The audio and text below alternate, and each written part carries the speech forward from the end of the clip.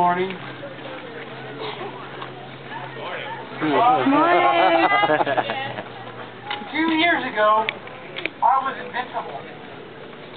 2 years ago, I was positive I was going to live forever. I never gave a thought to how cancer would affect me. Then a year and a half ago, I went to the hospital for searing pain in my side.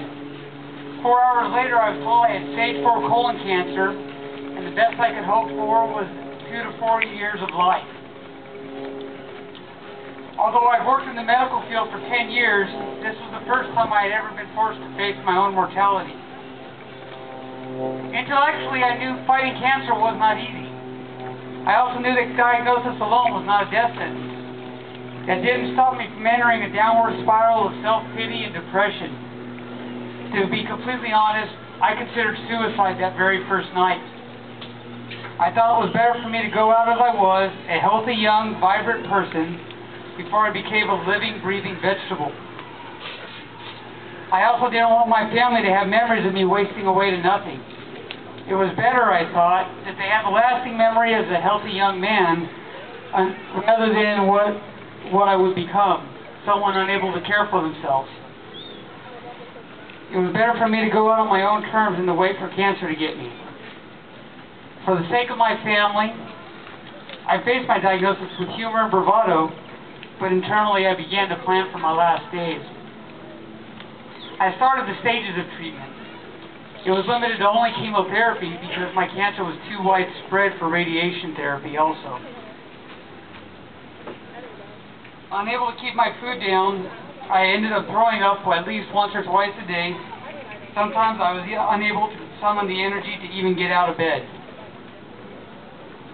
Excuse me, the pages stick together. Eventually, I lost a total of 80 pounds. When I eventually got the nausea and vomiting under control, I thought I had everything mastered. And that's when I started with peripheral neuropathy and extreme sensitivity to cold. And now it's the hiccups, which, if you would believe that, are worse than the vomiting. And diarrhea and constipation and back again. And these symptoms are never ending. It's always. I would look in the mirror and not even recognize the scarecrow looking back at me. It was so bad that one day when I stopped by my employer to drop off an off-work order, my own supervisor didn't even recognize me. I had changed so much. The worst thing I did was lash out at everyone. I was angry. Why did this have to happen to me? I had always worked as hard as I could since I was young. Now here I was, unable to stand up for longer than a few minutes and falling asleep at the drop of a hat. I didn't think it was fair. Not to me, and not to my family. And who did I lash out at? My family. The very ones who were telling me that I would persevere and were doing the level best to see that that would happen. Then my first relay for life was a year ago. We went thinking that it would be informational and motivational, but I was surprised. I spoke with others there, and although they weren't as young as I was, magnetic personality.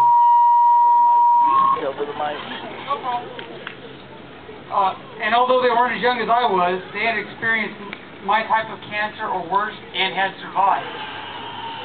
Not only survived, but they lived, and I was rejuvenated. I began to take better care of myself. And although there were setbacks, I began to live a healthier life within the shadow of cancer. My entire attitude changed. I decided I had something to live for and learned that my attitude had a great deal with how I felt. I had come to the realization that I had cancer, and cancer did not have me. I alone could choose how I felt from day to day, and although the bad days still appear, they're far outnumbered by the good days. My chemotherapy still causes side effects, but I countered them with genuine humor this time, and medication. Now, I think cancer should be scared. It didn't realize the fight it picked when it settled inside me. Cancer should be scared because it's fighting a losing battle. The victories it's had are far outnumbered by the defeats it's suffered, as evidenced by the number of survivors here today. The medical advances since the time of my grandfathers have come by leaps and bounds and not by baby steps. I think the time of cancer is limited. Soon, with a lot of help, a lot of hope, and some determination from all of us, cancer can be eliminated. The answer to cancer is research, clinical trials, and those affected electing to stand up and shout, "Not me," and "Not this time." It's days like today that shows our determination not to be victims. Now is the time to step up and fight back. Fight back at this disease that affects everyone. Because it's not just the patients of cancer that's affected, but everyone they know. Be a cancer advocate. Launch your situation. The more people know cancer is out there, the more they'll think about it. The more they think about it, the more likely it is that they'll take action. The more action is taken, the sooner cancer will go the way of smallpox. It'll be in stories we tell our grandchildren about the bad old days.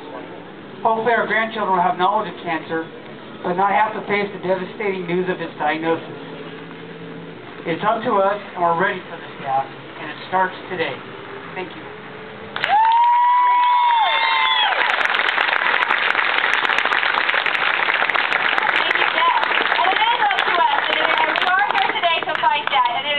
Going to win. So